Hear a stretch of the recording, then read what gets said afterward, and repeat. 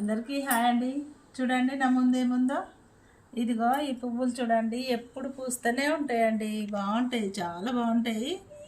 ఎలా ఉంటాయి అంటే ప్లాస్టిక్ పువ్వుల్లాగానే కనబడతాయండి. చాలా పూస్తాయండి, గుత్తులు గుత్తులు పూస్తాయండి. చూడండి, ఇదిగో ఇవి మొగ్గలు, ఇవి పువ్వులు.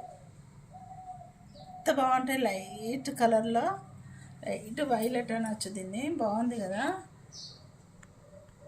అయితే దీనికి ఎప్పుడు పూలు వస్తూనే ఉంటాయండి. దీనికి సీజన్ అంటూ ఉండదండి.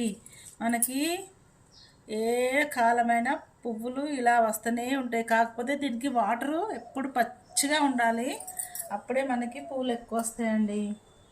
చూడండి ఎన్ని పూలు ఉన్నాయో. అయితే దీన్ని మనము కొత్త మొక్కగా ఎలా నాటుకోవాలి అంటే అండి, మనము ఇవి ఉన్నాయి చూడండి, ఇది పువ్వులు అయిపోయినాయి కదా, దీన్ని ఇలా తీసి, ఇవన్నీ మనం పువ్వులు అయిపోయిన తర్వాత అన్నీ తీసుకోవచ్చండి. ఇవన్నీ తీసి ఇలా మనము ఇలా మట్టిలో ఇలా పెట్టుకోవాలి.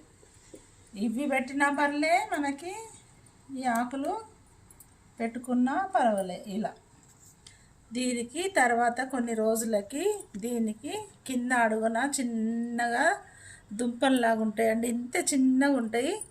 వాటికి అవే రెడీ అయ్యి కొత్త మొక్కగా తయారైపోతుంది. వీటికి కూడా మళ్ళీ పువ్వులు స్టార్ట్ అవుతాయి. ఇలా పెట్టుకోవచ్చండి.